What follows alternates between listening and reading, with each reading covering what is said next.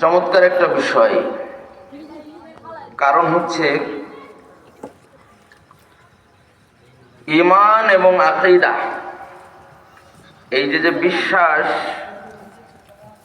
ঈমান এবং আকীদা দুটো প্রায় এক সেম জিনিস, পরিবর্তন তেমন কিছু নেই। আকীদা ও মানহাজ দেওয়া ছিল ভালো। আকীদা মানহাজ যদি বিশুদ্ধ না হয় তাহলে ইবাদত কবুল হয় না। আকীদা মানহাজ যদি বিশুদ্ধ না হয় তাহলে ইবাদত কবুল হয় না।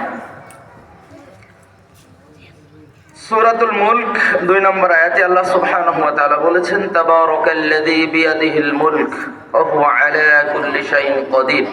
এর পরের আয়াতটাই, আল্লাযী খালাকাল মাউতা ওয়াল হায়াতা লিয়াবলুয়াকুম আইয়ুকুম আহসানু আমালা।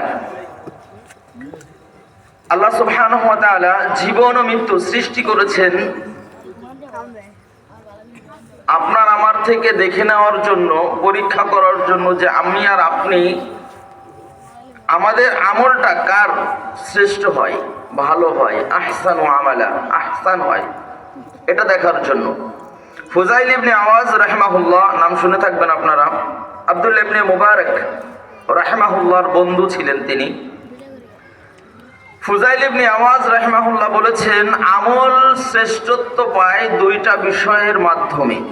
একটা হচ্ছে আমলে ইখলাস থাকতে হবে, আর একটা হচ্ছে আমলের সঠিকতা থাকতে হবে,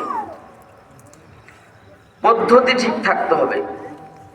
আমলে ইখলাস আছে কিন্তু পদ্ধতি না থাকলে, পদ্ধতি যদি ঠিক না থাকে, সে আমলটা আল্লাহর কাছে গৃহীত হয় না। আর যদি পদ্ধতি ঠিক থাকে, ইখলাস ঠিক না থাকে, সেটাও আল্লাহ সুবহানাহু ওয়া তাআলার কাছে গৃহীত হয় না। একই সাথে আমলে ইখলাস এবং পদ্ধতি দুইটা একই সাথে ঠিক থাকতে হবে।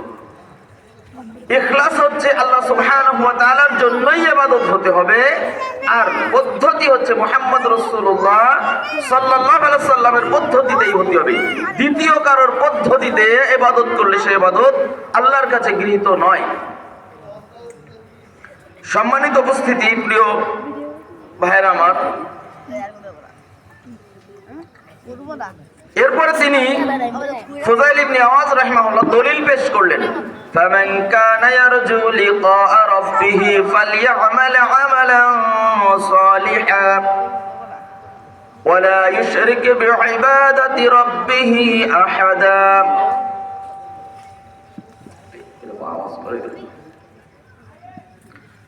সূরাতুল কাহফের শেষ আয়াতের শেষ অংশটা তিনি তেলাওয়াত করলেন যে যারা চায় তাদের রবের সাথে সাক্ষাৎ করতে, যাদের আশা আছে, ইচ্ছা আছে যে পরকালে দিবসে আল্লাহ সুবহানাহু ওয়া তাআলার সামনে তারা দাঁড়াবে, এই আশা, এই আকাঙ্ক্ষা যাদের আছে, তারা যেন আমলে সালেহ করে, অর্থাৎ মুহাম্মদ সাল্লাল্লাহু আলাইহি সাল্লামের পদ্ধতিতে ইবাদত করে এবং তার রবের ইবাদতে কাউকে যেন শরীক না করে, অংশীদার সাব্যস্ত না করে।